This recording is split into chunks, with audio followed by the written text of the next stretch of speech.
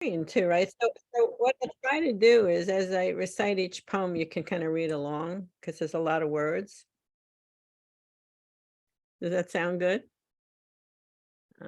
Let's see. This? No. Let me just figure out what my first poem is, and then I'll know where to go. Wait a second. I'm all set up here. Okay. If I can't do this, I'll just read them because I'm not going to keep you waiting for me to figure this out. It's a little bit too complicated. Nah, I'm not going to share the screen. Okay, this because there's a lot of poems, and this first one doesn't come up. Okay, Great, it's no problem. If you just want to, yeah, I'll just read them. Yeah. Okay, oh, so I was kidding. no, I'm good. I don't want to keep anybody waiting. So the first one is called Generosity. We saw the emptying as it came, sometimes in a flash or like a splash of rain. The pain entered and every crevice filled, striking fear, knowing that the dying was very near. You pushed it back with walls of courage, and joy sprang up in unexpected ways, as every day you tried, with friends collapsing at your side. It wasn't an acute trauma you transcended, but acute and chronic. And transcendence depended upon your surrender that ended the usual ways of coping. There was no hoping in the ordinary, and the great surprise was now you could touch my face, and I yours, all because in coping the defenses and codes fell apart. Now soon enough you made a start towards heaven and the everlasting communion and glided on the energy that love provided. It was effortless, a bit hard to surrender the body, yet somehow you knew the shell of our humanity must be shed for the passion of a life of love ahead. Now through it all, I am not left bereft, but the receiver of the gifts that you left. And this one is called Becoming One. Within the spaces of illness and misunderstanding and in our shadows and doubts comes the illumination of what it can be about, fueled by love. If we cling and bring our distress to the borders where less can become more at the door of the intuition and imagination, we are never alone, though it falsely appears a chronic need to atone must be sought. No, we need to turn and seek the unknown ways we can co-create, whether we thrive or wonder just how long we will be alive. It is in the exchange between us that the incarnate manifests, and this simply relies on surrender. No, not passivity, rather realigning creativity. I point my toe and ask myself, is there a next step? I recall he wept in the garden, and his friends, well, deep in their grief, his friends sought distraction and fell asleep. Now he appeared to be stricken and alone. No, he was willingly joined with everlasting love and standing steadfast. He has spoken, and in his very body he himself atoned and joined all that is broken. Yes, imagination is real, after all. And when we are willing to turn, we learn there's more. And this one is called My Shepherds. I've been washed clean from where I've been with them. A few died, then multiplied. They multiplied until I cried out, where is the meaning in all this? Where is the creator now? And what have we missed? We are a stardusty people, and to that we will return. We yearn to be part of the stars and moons and have some certitude in all this. That space between all that is calls to us not to waste time. And in their prime, they taught me how to find and free myself of the pretender. Their dreadful suffering kept the unknown space open for their heroic surrender. No, not passivity, but remembering. The call from the deep would fill each space with abundant peace and the eternal grace, which is the promise of love, after all. This is in memory of Johnny, a young playwright who died as a result of AIDS. I need a crown of gold or something shiny on my head. I rose to cover premonitions of the dead with fragrance spread within the sweltering earth and rain. I need to feel it on my head and face, an ocean spray or frost covering like a winter bear retreating. Where has the familiar gone? Sinister voices chant within my bones, there is no home among us now. That which I loved and bore within my heart to speak and laugh and sing about is moving through the ocean of my life. I sail in foreign lands. I need a crown of gold, and yet desire leads me still upon familiar seas. The birthing pains, as once it did, into horizons never known, and rose where parents as the midwife stand, and rain and thirst my only guide. The frost has woven threads of gold, a basket for my heart it floats. Like hummingbird upon eternity, it carries all that I hold dear and those who once loved me. In stilled communion there we speak as language never could. The silence pregnant with our love, not heard, but understood. And this is, let's see, no resting place. How is it then that we must leave time and again, and we must grieve the loss of love, and who knows when again and again we will feel this passion? Embodied, yet in a blink of the eye, beneath the breath of the sky, we stand with our desires opening wide again and again. Will they ever end? Is there a resting place, or have we been misled? And we, like seeds planted to endure the endless change that love ensures, now opening wide, we live inside its borders without end. The joy of you and me enfleshed, I will accept without question, for at its depth you speak to me of love enduring and ensuring. We are made for this. Yes, it is bliss to love and to be loved. And without question, yes, we are made for this. And this is a toast to PWAs. Here's to the brave young men who rode their bikes into celestial courts, passing comets and rocket ships shot from their broken hearts, whipped by the wind upon which all distractions blew off. Here's to the tender-hearted street girls wrestling into the night with men and drink and a history of tracks to nowhere. Love bound, the whistle blows through their entry into the shepherd's home. I'm home, their untouched maiden heart sings. Here's to our third kind, living in the cracks of their families, bound and gagged and hounded in their meaning, shamed by the unshamed, shameless ones, casting off uncharted shores, first fruits paving the way to our destiny, becoming from their genderless place, face to face with love. And this is more recent than how COVID brings up issues. We can't outwit the cut of AIDS. Just behind my eyes in the corner, passing by, grief lurks. It didn't have to stay. Why not somehow another day? The chill of dread descends, though I say, they are dead now, over decades. I bow my head in a gesture to recall that through the wall of time, they are after all alive. I strive to remember their faces while they lived through this time in their very own spaces. Somehow I can't explain the memories that erupt and run a river through my mind now. They run a river through my head and sorrow lurking in the marrow of my bone. What can expel this dread? It hides within this home in which I dwell. Lifting my eyes, then I see the heavens break in empathy. No, nothing is lost. And then surrounding me they stand. They witness to that love that shepherds once mistook for dread, yet instead it was simply awe that had overtook them. Exposed in every way, our venerable saints awash each day, like standing on a railroad track, the surge so strong and no way back.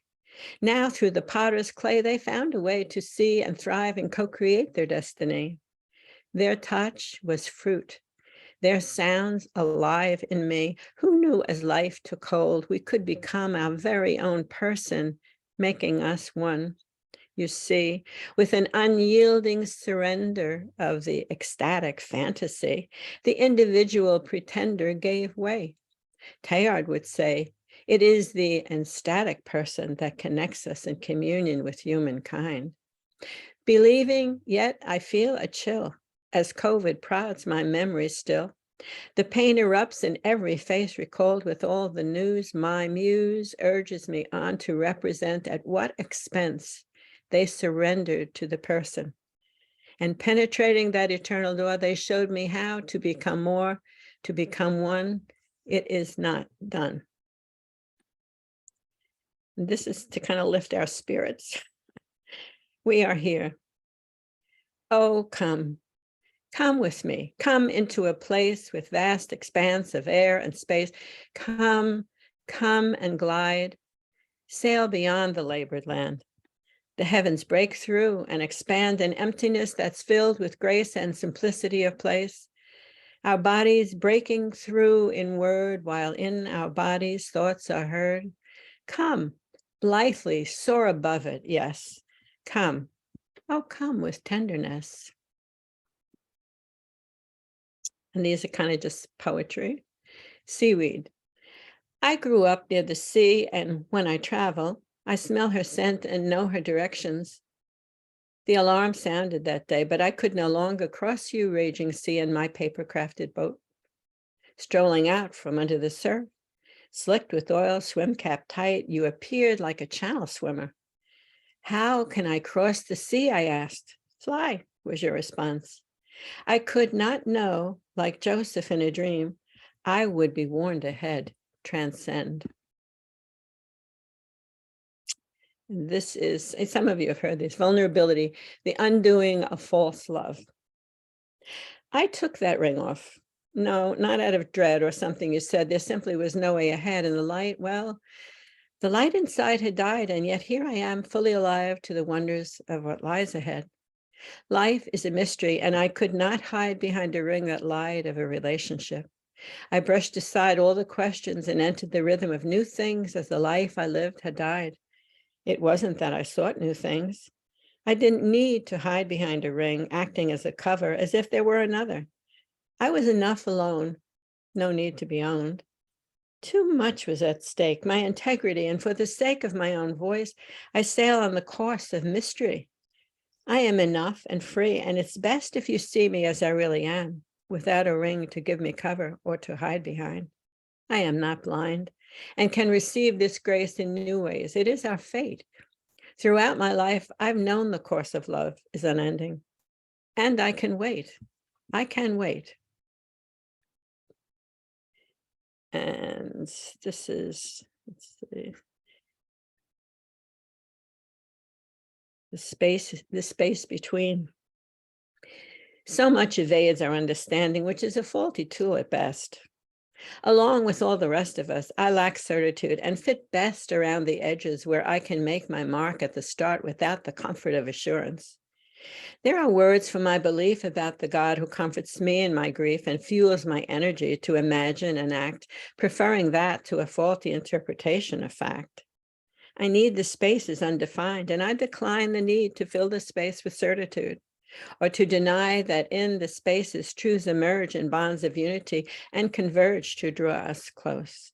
Still, we must wait and listen at the gate of consciousness along with all the rest, and wrestle with the pressures that can either overtake us or help define one more time how we understand and partake in co-creation. So while I am clear in my beliefs and declarations, I stay clear of certitude, which is blind to the endless food for the mind and soul in co-creation. Instead, I circle around and haltingly touch the space which leaves a trace for exploration, fueling ever new creation. Our light is close. We need not fear. And spaces tell us it is clear. We never see entirety. The way ahead is naturally within the spaces we set free. And risking to step out off the ledge, my pledge in all humility, is to seek the force that lights the way and try again day after day after day for love of you. I need to confront self-will, that wheel in my brain which spins its story, thinking it is real. A blind spot hiding the reality that there is more, but with the strength to turn, I mine with curiosity my imagination and that of others, carving some yet unknown things endlessly between us in relationship. And this is Mother Russia, Chernia Madonna. You think it is about Ukraine. No, say it out loud. No, put down your arms, for now is the time, your time to be proud. Lay down your arms and take to the street. You will meet God face to face. And there's no disgrace and fear staying clear of harm. Just lay down your arms, ring the alarm, embraced by your mother, Chernia Madonna, who is not far at all. Can't you see? She walks the streets with you. Yes, it is true. We prayed for you. She asked us to. And we prayed the rosary for Mother Russia. Her children loved her so. Throughout the ages, she said, I will not fail you. I am your mother. Now break the chain of pain you see in the children of Ukraine and yours and ours. Now is your time. We pray for you. Let's see. Okay. Apology for my imperfections, confessions of a single mother. If I could, I would cover you with love and heal your wounds so that we might share again somehow. Do you want me to now? It is the choir invisible who prays for us in song, yet for just how long can I go on believing in the grace that overcomes the feelings of disgrace and shame? No one is to blame, am I wrong? Is it only the death of me that finally will set you free from this place to see my face beyond this space into eternity? Will you abandon me? It is not within my power, and I pray somehow my prayer will reach the breach. I will not doubt, and yes, I will go there, and I need not know what it's about. Although I do not know, I can be kind, leaving all behind to begin anew over and over and over with you. Do you doubt that this is true? Forgive yourself, and then my turn may come. These broken pieces will solidify and mend, and you will see how I was overcome, the me that's me, and my capacity. I did my best and gave all that I had and did not save the rest, although I could no longer see where to garner energy. I relied on God alone, for all you had was me. Grace was the key that engendered loyalty, and loyalty can set us free to grow into our own self-embracing humanity. That is my prayer, and Saint Therese, who scatters roses everywhere, is with you. I am content knowing the love of the divine is there at every turn, and then when you feel alone and feel you need your mother, you will discover love again. And this is my last poem, and then I'm going to show you my little thing. An aching desire for mercy, an interpretation of my favorite 1 Corinthians 13, love is patient, kind.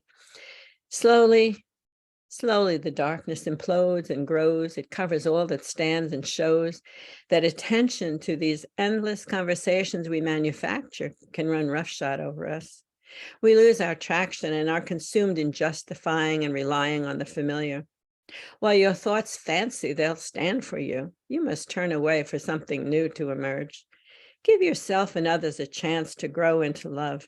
Take down that fence that never allows for mistakes and show in turning that divine gaze is growing. You are not earning love. Yes, love is not a fiction or an object you can earn. It's all in the turn.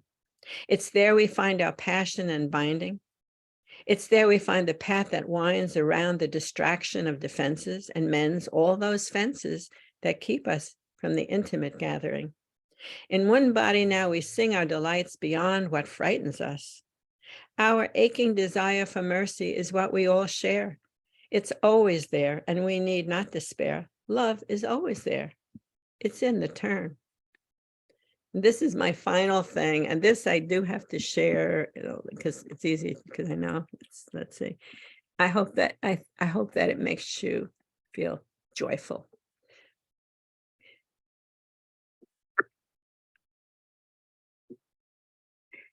And he stuffed them in bags. Then the Grinch, very nimbly, stuffed all the bags one by one up the chimney. Then he slunk to the icebox. He took the who's feast. He took the who's pudding. He took the roast beast. Yet as he ascended with all of whose treats, the wind that he landed did not feel so sweet. For people were missing among all these gains, and people were counted more precious than fame. And darkness descended. And then, with a sigh, the Grinch pondered this mystery and then wondered why. Just what was I thinking in grabbing whose stash? For surely it wasn't about all the cash. Because I was lonely, I caused so much trouble. I took the who's gifts and his sweets, double trouble. I'd leave who bereft and all in a muddle. Then I felt the light coming into my own piggy toes, and upward it came to the tip of my nose. My eyes were lit up, and out of my mouth came a voice that was low, just as low as a mouse.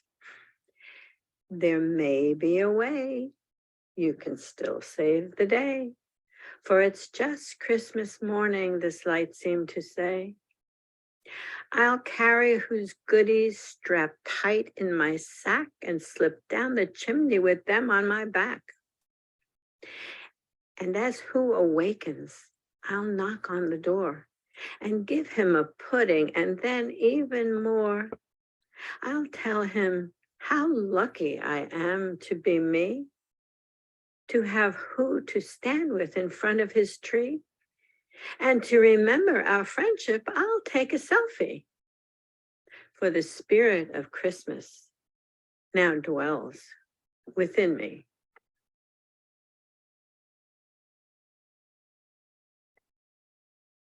Thank you for persevering